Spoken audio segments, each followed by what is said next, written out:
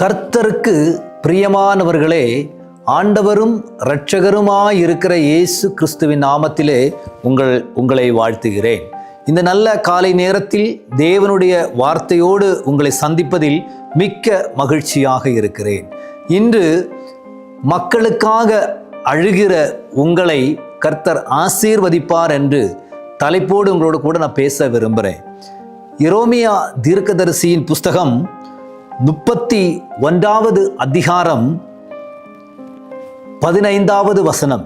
ராமாவிலே புலம்பலும் கசப்பான அழுகையுமாகிய கூக்குரல் கேட்கப்பட்டது. ராகேல் தன் பிள்ளைகளுக்காக அழுது தன் பிள்ளைகள் இல்லாதபடியால் அவைகளின் நிமித்தம் ஆறுதல் அடையாது இருந்தாள் என்று கர்த்தர் சொல்கிறார். ராகேல் அழுதாள், கதறி அழுதாள் என்று இந்த எரேமியா தீர்க்கதரிசி சொல்கிறார். ஆனா நீங்க பாருங்க, ராகேல் எங்க அழுதாள் என்று நமக்கு தெரியாது.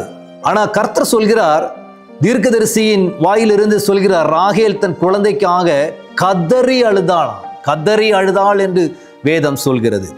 இந்த ராகேல் கதறி அழுததினாலே கர்த்தர் ராகேலுக்கு ஒரு பிராமிஸ் பண்ணுகிறார். என்ன பிராமிஸ் உங்களுக்கு தெரியுமா? உன் சந்ததியை நான் ஆசீர்வதிப்பேன் அப்படி சொல்றாரு. எப்படி ஆசீர்வதித்தாரு என்று உங்களுக்கு தெரியுமா? இன்று நான் உங்களோடு சொல்ல விரும்புகிறேன். மோசேயின் காலத்தில் இஸ்ரவேல் ஜனத்தை நடத்தி கொண்டு வருகிறார். மோசேயின் காலம் முடிந்தது. அதற்கு அடுத்து யார் இந்த ஜனத்தை நடத்துவாங்க அப்படின்னு எல்லாம் எதிர்பார்ப்போடு இருக்கும்போது கர்த்தர் சொல்கிறார், நூனுவின் மகனாகிய யோசுவாவை தெரிந்தெடுத்துக் கொள்ளுங்கள் என்று கர்த்தர் சொல்கிறார். இந்த யோசுவாவின் கோத்திரம் என்னது என்று கேட்டால் எப்ரீம் கோத்திரம். எப்ரீம் கோத்திரம் யோசேப்பின் கோத்திரம். யோசேப்பினுடைய பேர குழந்தைதான் இந்த யோசுவா. அப்போ ராகேலினுடைய அந்த வம்ச பாரம்பரியத்தில் யோசேப்பு வர்றார். யோசேப்புக்கு அடுத்து அவனுடைய பேர பிள்ளைகள் வரும்போது, மோசேயின் காலம் முடிந்து வரும்போது ஆண்டவர் சொல்றார், இந்த குழந்தைகளுக்காக தலைமுறைக்காக அழுத சில கண்ணீரின் கூக்குரல் சப்தம் என் காதில் இருக்கிறது.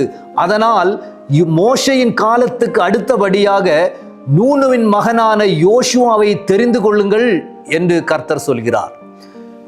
அந்த கர்த்தருடைய ப்ராமிஸை கர்த்தர் அங்கே நிறைவேற்றுகிறார். இன்று என்னை கேட்கிற தேவனுடைய பிள்ளைகளே, நீங்கள் உங்கள் குழந்தைகளுக்காக, நீங்கள் உங்கள் அடுத்த ஜெனரேஷனுக்காக நீங்கள் அழுது தேவனுடைய சமூகத்தில் கண்ணீர் வடித்தது உண்டானால், தேவன் உங்களுக்கு பிராமிஸ் பண்ணியிருப்பார் என்றானால் அந்த பிராமிஸை கர்த்தர் நிறைவேற்ற கர்த்தர் இன்று இந்த வார்த்தையை உங்களுக்கு கொடுக்கிறார். தேவன் உங்களிடத்தில் சொன்னதை கர்த்தர் நிறைவேற்றும் அளவு கர்த்தர் உண்மை உள்ளவராக இருக்கிறார். அந்த ராகேலின் கண்ணீருக்கு பதிலாக அந்த இடத்தில் மோசேக்கு அடுத்து யோசுவா வந்தது போல உங்களுடைய அடுத்த ஜெனரேஷனையும் கர்த்தர் மறந்து போகாமல் உங்களுடைய கண்ணீருக்கு பதில் கொடுத்து உங்களுடைய தலைமுறையை கர்த்தர் ஆசீர்வதிக்க அவர் விரும்புகிறார். அதனால் இன்று முதல் உங்களுடைய தலைமுறைகளுக்காக, உங்களுடைய பிள்ளைகளுக்காக, உங்களுடைய உறவினர்களுக்காக நீங்கள் ஜெபிப்பது வீணாகாது. கர்த்தர் அதற்கு பதில் கொடுப்பார் என்று நான் உங்களோடு சொல்ல விரும்புகிறேன். நீங்கள் அதற்காக குழந்தைகளுக்காக ஜெபிப்பீர்களா? உங்களுடைய தலைமுறையை ஆவிக்குரிய வாழ்க்கையில் கொண்டு வருவதற்காக நீங்கள் ஜெபிப்பீர்களா? கர்த்தர் கண்டிப்பாக நிச்சயமாக உங்களுடைய அடுத்த தலைமுறையை கர்த்தர் ஆசீர்வாதத்தோடு உங்களுடைய கண்ணீரின் பதில் உங்களுடைய தலைமுறைக்கு கர்த்தர் பதில் கொடுப்பார் என்று சொல்லுகிறேன். ஜெபிப்போமா? கர்த்தர் நாம் தலைமுறையை ஆசீர்வதிக்கட்டும். நல்ல ஆண்டவரே, இந்த நல்ல நேரத்திற்காக நாங்கள் உங்க ஜெபிக்கிறோம் ஏசப்பா. ஆண்டவரே, நாங்கள் இன்று உரைக்கப்பட்ட வசனத்தின்படி ஆண்டவரே, இந்த என்னோடு சேர்ந்து தன்னுடைய குழந்தைகளுக்காக, தன்னுடைய சகோதரர்களுக்காக அழுது ஜெபிக்கிற தன்னுடைய ஒவ்வொரு பிள்ளைகளையும் கண்ணீருக்கு பதிலாக என் தேவன் ஆண்டவரே அவர்கள் தலைமுறைகளை ஆசீர்வதித்து தேசத்தில் நிறுத்தும்படிக்காய் நான் ஜெபிக்கிறேன். அப்பன் அப்படி செய்வதற்காய் ஸ்தோத்திரம். இயேசுவின் நாமத்தில் எங்கள் பிதாவே, ஆமென், ஆமென்.